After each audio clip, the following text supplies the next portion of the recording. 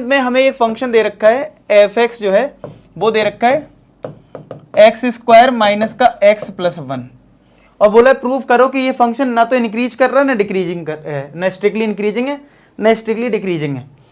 अगर कोई फंक्शन ना तो इंक्रीज कर रहा है ना डिक्रीज कर रहा है तो उसका मतलब है कि वो पर्टिकुलर इंटरवल में हो सकता है इंक्रीज डिक्रीज दोनों कर रहा हो। देखते हैं, आपको पता है जब भी हम इंक्रीजिंग डिक्रीजिंग की बात करते हैं तो डिफरेंशिएट जरूर करते हैं, तो 2x माइनस 1 आएगा।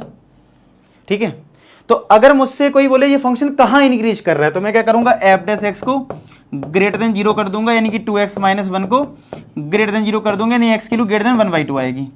और डिक्रीजिंग देखने के लिए मैं लेस देन 0 कर दूंगा तो x की वैल्यू यहाँ पे लेस देन 1/2 आएगी। तो इसका मतलब अगर थोड़ा मोटा मोटा एक नंबर लाइन पे देखें तो 1/2 अगर यहाँ पे एक नंबर है तो 1/2 से बड़ी वैल्यू पे ये प्लस आ रहा है, यानी पॉजिटिव आ रहा है, यानी हमारा F dash x greater than 0 आ रहा है, यानी इंक्रीजिंग आ रहा है। और अगर एक्स की वैल्यू 1/2 से कम लेता हूं तो नेगेटिव आ रहा है, यानी कि एफ डैश एक्स हमारा लेस देन 0 आ रहा है, यानी डिक्रीजिंग आ रहा है। लेकिन आपको जो बात करनी है वो -1 से +1 करनी है। तो आप देख सकते हो कि ये फंक्शन जो है -1 से 1/2 में डिक्रीज कर रहा है और 1/2 से 1 में इंक्रीज कर रहा है, दोनों काम हो रहे हैं।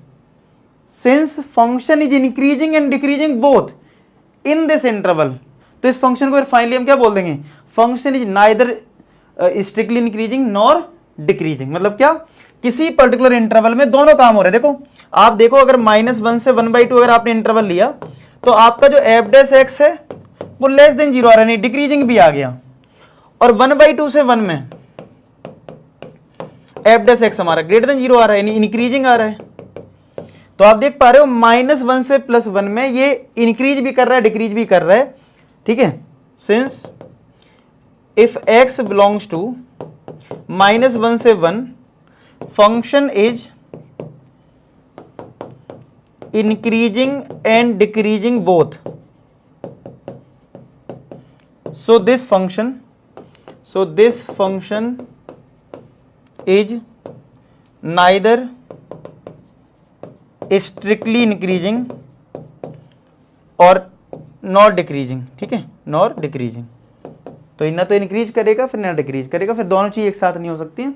समझ में आया? तो इस तरीके से एक्सप्लेन कर देना इस क्वेश्चन में। लॉजिक वही है डिफरेंशिएशन का, नोट कर लीजिए इसको भी।